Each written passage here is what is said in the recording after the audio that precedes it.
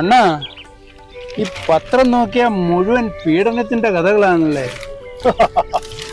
ആളുകൾക്ക് വായിക്കാനും രസം അതല്ലയോ. ആ അതേ നമ്മുടെ ആശാൻ വരുന്നുണ്ട്.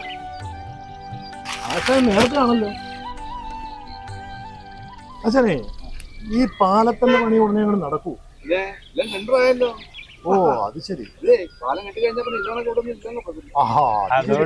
അതോടെ നമ്മുടെ ചേച്ചിയുടെ പണിയും ഇല്ലാതാവും. ആശാൻ എങ്ങോട്ടാ രാവിലെ? എനിക്ക് ലോഡിംഗ് പാർട്ടി ഒന്ന് കാണണം. എന്താ ആശാനെ 7 മണി വല്ലതും തുടങ്ങുന്നുണ്ടോ? എൻ്റെ ഒരു ബന്ധുവേ ഇവിടെ വീട് മാറി വരുന്നുണ്ട്, ബാങ്ക് മാനേജറാന്നേ.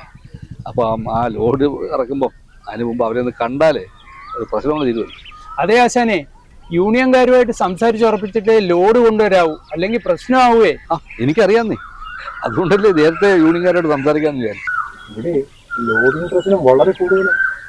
പിടിച്ചു പിടിക്കാനല്ലേ, എന്നിട്ട് കിട്ടുന്ന പൈസ മുഴുവൻ ലോഡിന്റെ മൊത്തത്തിൽ ചെലവാക്കുക. നമ്മൾ സാധനം ഇറക്കിയാലും അവർക്ക് നോക്കൂല് കൊടുക്കണം. അതെ, വിയർക്കാതെ തിന്ന് അവർക്ക് ശീലമായി. അല്ല, നോക്കൂലേ ഇവര് വലിയ തുകയല്ലേ ചോദിക്കുന്നേ. ഞാൻ അതുകൊണ്ടാ നേതാവിനെ കണ്ട് നേരത്തെ കാര്യം എന്ന് പറയാന്ന് വിചാരിച്ചു. അത് നല്ലതാ. നേതാവേ ആ ഇപ്പൊ അധികം പുറത്തോട്ടൊന്നും ഇറങ്ങുന്നില്ല. അയ്യോ, എന്താ പറ്റി?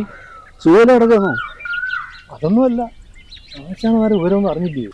സഹദേവന്റെ ഭാര്യ സരസ്വതിയും നമ്മുടെ നേതാവും തമ്മിൽ ഇത്തിരി അടുപ്പത്തിലാണ്. സഹദേവൻ ഇടയ്ക്കിടയ്ക്ക് അവളെ കാണാൻ അവിടെ പോവും. സഹദേവൻ ഇല്ലാത്ത അതിനിപ്പോ എന്താ പ്രശ്നം?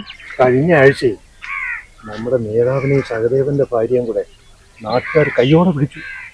സഹദേവൻ തന്നെയാണെന്ന് വിളിച്ചു കൂട്ടിയത്. ആഹാ, എന്നിട്ട് എന്താകാനാ? ആകെ ബഹളമായി, നാട്ടുകാരെല്ലാം ഓടിക്കൂടി ആകെ ബഹളം. ഒടുക്കം സഹദേവന്റെ ഭാര്യ എല്ലാരും കേൾക്ക സഹദേവനോടൊരു ഒറ്റ ചോദ്യവാ, നിങ്ങൾക്ക് നോക്കുകൂലി കിട്ടിയാ പോരെ? അങ്ങനെ അപ്പൊ നോക്കുകൂലിക്ക് ഒരു അർത്ഥവുമായി. അതെ അതെ അതെ.